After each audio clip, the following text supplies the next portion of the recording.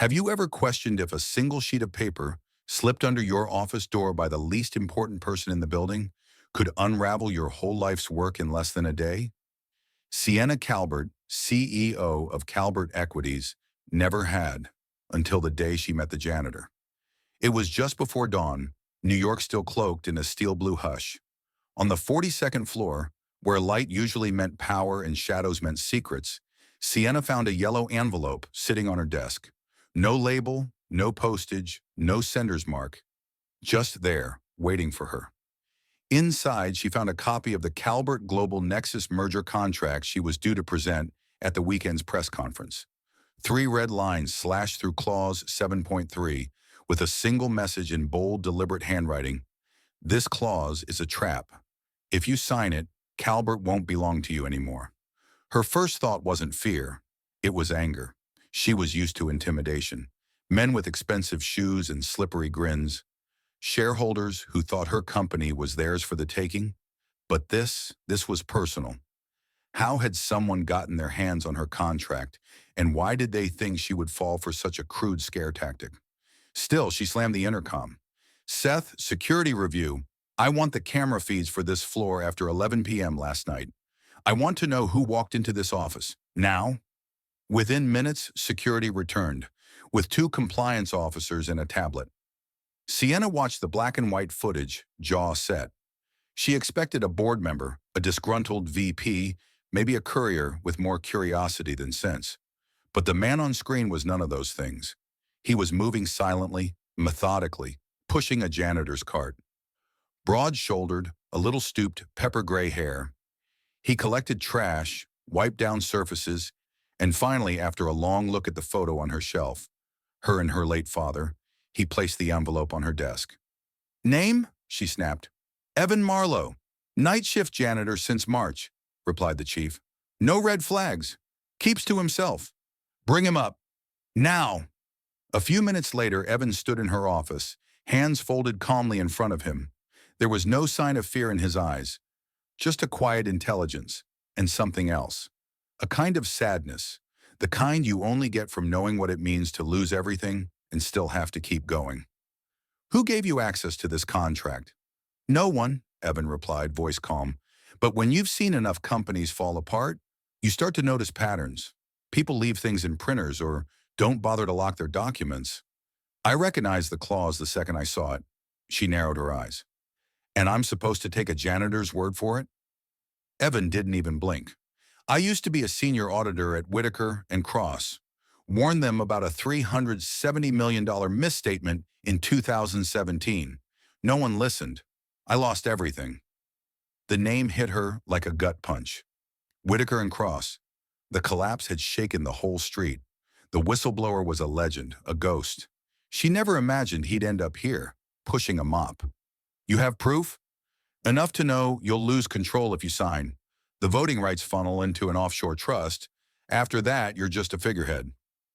Sienna didn't say thank you. She didn't say anything for a long moment.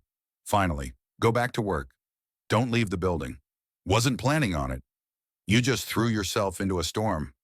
If I stay silent again, I'll have nothing left to teach my daughter, he replied simply. For the first time, Sienna really looked at him, not as a janitor, but as a man with nothing left to lose except his dignity. And she realized with a shiver that his warning wasn't just about business, it was about survival. The lobby of Calbert Equities was a world away from the penthouse. Executives glided past in tailored suits, espresso in hand, eyes glued to screens and deals and futures they assumed were secure. No one noticed Evan as he pushed his cart past the espresso bar, a photocopy of the red line contract in his pocket. He didn't look at the people who didn't see him, not anymore. A security guard nodded at him. Busy day, huh? Evan gave a half smile. Aren't they all when someone's trying to sell the building from under your feet? The guard blinked, unsure whether to laugh or not. Evan just kept walking. Upstairs, Sienna watched grainy footage of the envelope being placed, again and again. Not a trace of guilt, only resolve. Her mind whirled. Who else knew? Was Graham, the COO, her oldest friend, the one who'd first floated the idea of the merger, in on it? He breezed in with his flawless suit and easy smile, all charm and plausible deniability. You wanted me. She didn't look up. I need clarification on the ownership structures post-merger. We went over that. You signed off. Who drafted Clause 7.3? He hesitated just long enough. Legal, probably. I'll get you the log. She didn't believe him, but she let him go. That night, Evan returned to his supply closet, notebook in hand, scribbling everything he remembered. Clause 7.3, split vote. Voss. Need confirmation of Cayman trustee. A knock at the door. Maisie, his daughter, poked her head in, holding a crumpled drawing and a chocolate chip cookie. I got bored in the break room. Miss Darlene said I could come find you. He knelt, smiling at her. You should have stayed with her. She handed him the drawing, a stick figure family, him, her, and a tall woman in a blazer with a big smile. That the lady you talked to this morning? Maisie nodded. She looked scared, not at people, at herself. Evan didn't laugh. He understood. Sienna was the kind of person who only looked scared when she thought no one was watching. Later, Sienna stood at her window staring at the lights. She remembered something her mentor once said. Power isn't about control. It's about knowing what you're willing to lose. Now, she whispered, what am I willing to lose? But didn't expect an answer.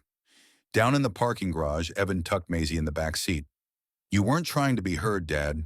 You were just trying to tell the truth, right? Evan gave a tired smile.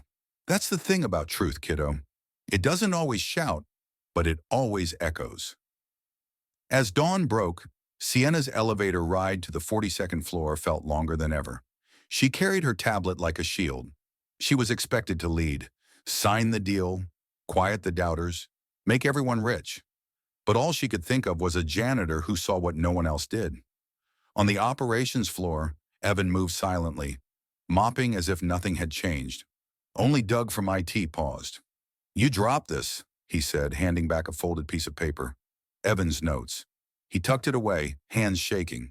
In the lounge, Sienna froze at the sight of a little girl by the window. Maisie, her hair in a lopsided ponytail, sneakers mismatched but confident, coloring. You're the CEO lady, right? Sienna almost laughed. Suppose I am. Maisie grinned. Daddy says you look like someone who doesn't believe in sleep or second chances. The receptionist gasped, but Sienna smiled for real. You should laugh more, Maisie said.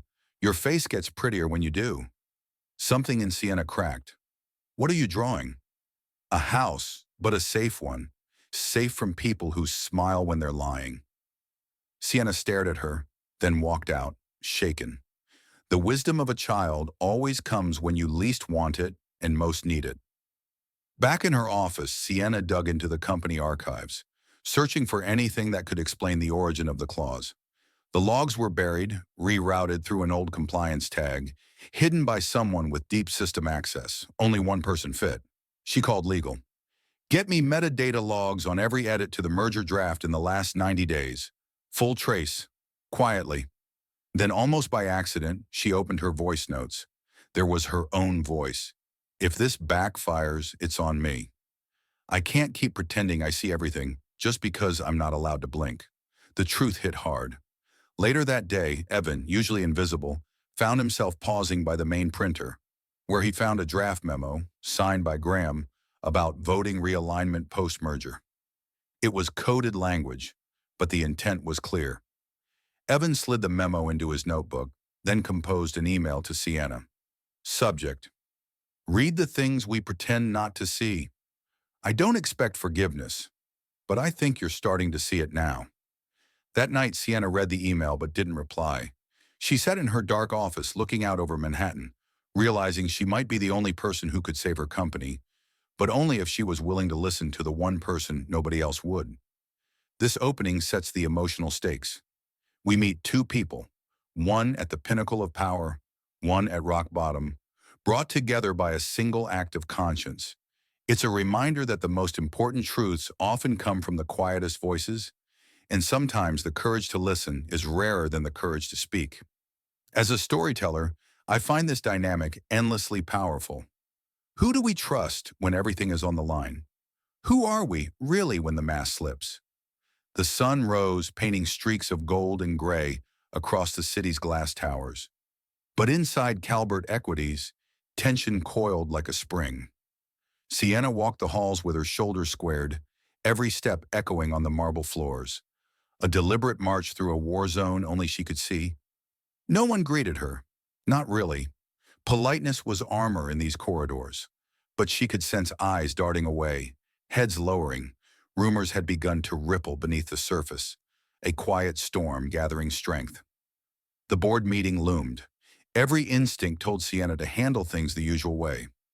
Isolate the threat, contain the gossip, sign the deal, move forward. But she hesitated, maybe for the first time in her career. That note, the red ink, the haunted look in the janitor's eyes, she couldn't shake it. Even her coffee tasted wrong, too bitter, as if her taste for power was finally turning against her. She retreated to her office, closing the door softly behind her. She pulled up the metadata logs, eyes scanning dates and names, her heartbeat quickening with every click. There it was. 3 instances of access to the merger file, all traced to Graham Voss. Twice he'd entered from his own credentials, and once, late at night, via a compliance archive tag. Sienna felt her mouth go dry. It was as if he hadn't even bothered to hide it, certain no one would ever look. The arrogance burned more than the betrayal. Meanwhile, on the lower floors, Evan mopped quietly, eyes darting to the elevators. He was invisible here, safer in his anonymity than he'd ever been in a boardroom. The mop was a shield, but his mind was racing. About the Cayman Islands, about shell companies, about how quickly trust could curdle into deception. About his daughter Maisie, drawing safe houses with red crayon, waiting for him to come home with stories he couldn't tell. He didn't expect Doug from IT to track him down by the vending machines. "Hey, Evan," Doug said, voice a notch lower than usual. "You got a minute?" Evan nodded, sensing the other man's unease. Doug held out a printout. "Found this near the loading dock. Didn't read it. Figured it was yours." It was his notepad, scribbled analysis, questions, a map of suspicion. "Thanks," Evan said, forcing a calm he didn't feel. His hands shook for a good 5 minutes after Doug left. At lunch, Maisie sat in the waiting area, swinging her feet and coloring another house. This time, the windows had little shields drawn on them. Sienna passed by and couldn't help but stop. "You're Maisie, right?" she asked, surprised at the gentleness in her own voice. Maisie grinned. "You're the boss, right? My dad said you look at people like you're always doing math in your head." Sienna laughed despite herself. "Maybe I am. Do you ever get tired?" Sienna blinked. "Every day." Maisie's eyes went soft. "Then you should take more breaks. My dad says breaks are for brave people, not lazy ones." The conversation stayed with Sienna all afternoon. She found herself watching the child from her office window, seeing something she recognized, a kind of unfiltered honesty that adults spent their lives unlearning. That night, after the building had emptied and the city pulsed with after-hours energy, Sienna sat in the dark, replaying surveillance footage. She saw Graham's face in the flicker of the security cam, saw the way he moved when he thought no one was watching. She heard his voice on a recovered voicemail. Casual, confident, rehearsed. "Of course you're still in charge, Sienna. The merger just makes you bigger." But the words felt hollow. She knew hollow. She'd lived in it for years. Meanwhile, Evans sat in his cramped kitchen, an old laptop humming with the heat of secrets. He combed through public records, corporate filings, offshore registries, tracing the fingerprints of betrayal through shadowy digital corridors. At his elbow, Maisie worked quietly on her homework, humming a song she'd learned from her grandmother. The simple, sturdy rhythm grounded him. He knew, as he always had, that the truth was not for him alone. It was for her, for anyone who ever thought they had no power. He drafted a message to Sienna. "I don't expect you to trust me, but please look at the edit history on the merger files. The trust structure isn't just a technicality, it's a knife at your back. And whoever planned it counts on you being too busy, too tired, or too proud to see it." He pressed send and immediately felt both lighter and more afraid. The next morning, Sienna brought Maisie a bag of mini muffins, a silent thank you for yesterday's wisdom. "For the judge in the court of big feelings," she said, and Maisie grinned, as if she were in on some secret adults could never understand. With a deep breath, Sienna dialed her old mentor, Margot Levens. the woman who'd taught her everything she knew about reading between the lines of contracts. Margot's voice was gravelly and wary. Haven't heard from you since the firm Christmas party 4 years ago. What's wrong? Sienna didn't waste time. Did you ever bury a clause for Graham in an old compliance memo? Silence. Then, that man doesn't ask, he tells. I never trusted him. Sienna nodded to herself. Can you come in? Not unless you want board rumors. I'll call from a burner. Downstairs, Evan ducked into the janitor's closet for a private call from a number he didn't recognize. This is Margot Levins. Sienna says you're the one who flagged the shell company. Evan felt a jolt. Margot was a legend in the city, known for burning 1,000 bridges to save a single principal. Yes, ma'am. Then listen closely. Graham has a pattern. He buries dirty amendments in routine memos, always late at night, always under a junior's login. If you have the logs, follow the path backward from the last edit, not forward from the original draft. That's how he hid the misstatement at Whitaker and Cross. That's how he'll try to hide this. He thanked her. When he hung up, his hands weren't shaking anymore. He had a map now, and a reason to follow it. Mid-afternoon, Sienna assembled her leadership team for a so-called risk mitigation session. The air was thick with forced optimism, everyone pretending the future was already written. She looked at Graham, her voice measured, almost gentle. Would you walk me through Clause 7.3 again? He didn't miss a beat. It's a standard voting rights transfer, temporary control for integration, clean, reversible, industry standard, she pressed. And the compliance shell? He smiled, but there was a flicker in his eyes. Just legalese. Keeps us protected if the merger gets challenged. She let the conversation end, but in her mind alarms were blaring. She'd spent her life in rooms like this, negotiating, placating, strategizing. But now for the first time she realized that winning in business often meant losing something much more important. The willingness to trust, even when it hurt. That evening, Evan delivered a copy of the incriminating memo to Sienna's private mailbox, along with a list of the shell companies, all traced back to a trust managed by someone named Voss. He wrote on a sticky note, "Sunlight doesn't reach the Cayman Islands, but footprints do." Sienna spent the night tracing those digital footprints, growing more certain and more afraid with every click. By 3 a.m., she had enough evidence to take to the board, but not enough to survive the fallout unscathed. She stared at her own reflection in the glass and wondered, was power worth the price if you could never stop looking over your shoulder? Morning brought a storm, literal and metaphorical. Thunder rolled across the city, and inside Calbert Equities, the buzz was electric. Rumors of an emergency board meeting, whispers about the CEO, speculation about a janitor who knew too much. Sienna met Evan in her office, both of them exhausted, both of them unwilling to quit. You ready? She asked. He nodded. Truth doesn't need sleep, just daylight. She almost smiled, almost let herself believe that today, for once, the right thing might actually win. Together they prepared for war, armed not with titles or degrees, but with the stubborn, battered conviction that integrity was worth fighting for, even if you had to fight alone. In this second act, the collision between courage and cowardice grows sharper. What moves me most is the unlikely alliance between Sienna and Evan. Two people on opposite ends of the social ladder, yet united by a single act of decency. The story forces us to ask, how often do we ignore wisdom from those we deem beneath us? And at what cost? For me, this is where real transformation begins, not with the exposure of corruption, but with the decision to trust, to listen, and to fight for something greater than ourselves. The storm that had gathered all week broke just as the board meeting began, lightning flashing beyond the tall windows, thunder rumbling like a warning none of them would heed. Sienna stood outside the boardroom for a long moment, breathing in the charged air. Inside, a dozen directors shuffled papers, whispered, checked phones, each playing their own quiet game, unaware that the ground beneath them was about to give way. She entered without fanfare, her back straighter than ever.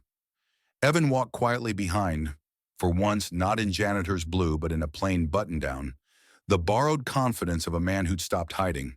The room grew silent as Sienna took her seat at the head of the table, Graham at her right hand, his features arranged in a careful mask of polite concern. Chairwoman Renata Doyle called the meeting to order. We have urgent business regarding the pending merger with Global Nexus. Mr. Voss, you've requested the floor.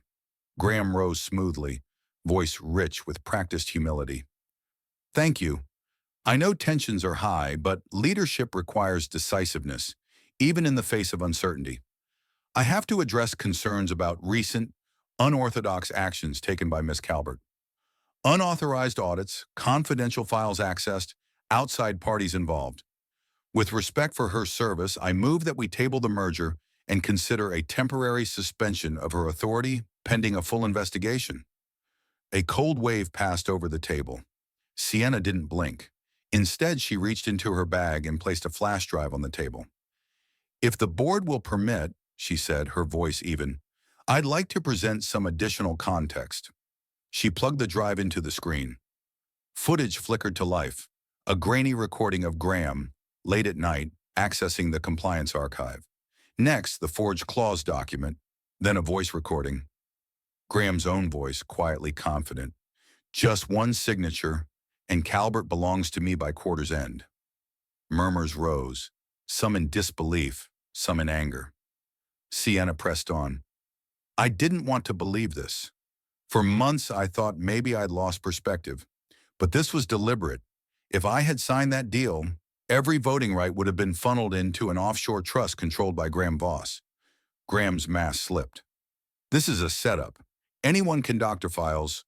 But Evan stepped forward, holding a printed forensic report. We had the original signatures independently verified. The approval for the trust was forged using a template from an old employment contract. He laid the document in front of the chairwoman. The silence in the room was seismic. Renata read the analysis, eyes narrowing. Mr. Voss, do you deny accessing these files? Graham hesitated a second too long. I was acting in the company's best interests. Sienna cut in. The best interests of Calbert Equities have always been served by honesty. That's what built this company, not shortcuts, not backroom deals. In the back of the room, Margot Levin stepped from the shadows, her presence like a verdict. For the record, I confirm these are my memos, misused and altered after I left. I walked away because I refused to enable this kind of deception. I won't stay silent now. The room shifted. Allies rearranged themselves in an instant. The board could smell the wind changing. Renata raised her gavel. I move to suspend Mr. Voss from all leadership duties, effective immediately, pending a full investigation. The vote was swift and nearly unanimous. Graham gathered his papers with shaking hands, eyes blazing, but he offered no defense as security quietly escorted him out. It was not a victory parade, more like a funeral for the myth of invulnerability. Sienna exhaled for the first time in months, but it felt less like relief and more like the absence of dread. After the meeting, the office buzzed like a hive after the Queen has left, a new order settling over the chaos. Sienna didn't return to her office. Instead, she walked slowly through the lobby, head high but steps slow, taking in the changed air. For the first time, some of the staff looked her in the eye, nodding, maybe even smiling. A fragile trust beginning to root. Evan found her near the elevators, Maisie in tow, her backpack trailing colored pencils. You did it, Evan said quietly. Sienna shook her head. No. We did. All of us. Maisie slipped her small hand into Sienna's, the gesture as natural as breathing. Can we get pancakes? She asked, as if the world hadn't just changed shape. Evan grinned. I promised her pancakes for bravery. Sienna smiled, genuine, surprised at the warmth. Let's go. At the pancake house, the three of them shared a booth by the window. Rain streamed down the glass, the world outside a blur of neon and storm. For a little while, no one spoke of business, or betrayal, or the cost of telling the truth. They just ate and laughed. Maisie drawing pictures of capes and shields, Evan quietly holding space for something he never thought he'd find again. Belonging. Afterwards, Sienna returned to her brownstone, her steps lighter. She poured a glass of wine and sat by the window, notebook in hand, for the first time writing something not meant for a report or a shareholder memo. Legacy is not measured in numbers, but in the moments we choose courage over comfort. Sometimes the greatest act of leadership is simply refusing to let the truth be swept aside. Elsewhere, Evan tucked Maisie into bed. She clutched her latest drawing, a red shield with truth written across the front. "Did the lady win?" she asked sleepily. Evan kissed her forehead. "She won because she remembered how to listen. That's how you win anything worth having." Maisie considered this. "Then I want to be a good listener too." He smiled, heart breaking open a little more. "You already are." The following week brought challenges, a media flurry, questions about the janitor scandal, speculation about Evan's new role. Sienna handled it all with quiet candor, never denying the unlikely alliance that had saved the company. In a press conference, she said plainly, "Sometimes wisdom doesn't come from the corner office. It comes from the courage to speak and the humility to listen." Some called her reckless. Others called her visionary. But for the first time, the company's culture began to shift. Doors stayed open longer, conversations grew less guarded, and people at every level found themselves a little less invisible. As for Graham, his legacy crumbled faster than anyone expected. Investigations followed. Lawsuits threatened. But Sienna refused to gloat. "There's no joy in winning if someone else had to lose themselves for you to get here," she said to Evan, the two of them standing on the rooftop, the city glowing beneath. On one quiet afternoon, Sienna invited Evan and Maisie to her home for dinner. Maisie ran wild in the garden, chasing butterflies and collecting stones, while Evan and Sienna talked over tea on the porch. "Why did you stay?" she asked him. Evan shrugged. "Because I wanted my daughter to see that doing the right thing matters, even when it's not easy." "Especially then." Sienna nodded, understanding more than she could say. "You could have left. No one would have blamed you. But you didn't turn away when the truth found you," Evan replied. "That's all any of us can do." As dusk fell, Maisie returned with a tiny bouquet of wildflowers. She handed them to Sienna. "For your new start," she said. Sienna took them, her eyes unexpectedly wet. "Thank you, Maisie. I think I needed that more than you know." Time passed and the company grew stronger, not just in profit but in purpose. The board learned to look twice before dismissing an unfamiliar name, and the story of the janitor who saved Calbert Equities became a quiet legend. Told in whispers, in knowing smiles, in every act of everyday courage that followed. One evening, as spring rain tapped gently at the windows, Sienna found herself writing again. "I spent years building walls. It took a janitor and his daughter to show me how to open a window. Maybe that's what leadership is, making room for the unexpected truth and letting it change you." Outside, Evan and Maisie walked beneath the city lights, umbrella spinning, laughter ringing clear and bright. For the first time, Evan felt the world was wide open, and that maybe, just maybe, he'd helped make it safer for his daughter, and for anyone brave enough to speak up. What lingers for me, more than the fall of Graham or the redemption of Sienna, is the image of that small hand in the CEO's and the unlikely friendship that built a bridge where no one thought one could exist. This story isn't about heroes or villains. It's about ordinary courage, about listening to the voices we're taught to ignore, about the messy, beautiful work of rebuilding trust from the ground up. Sometimes the people who change everything don't wear suits or carry impressive titles. Sometimes they carry mops or crayons or just the quiet conviction that honesty matters. And maybe in the end, that's all the legacy any of us really needs.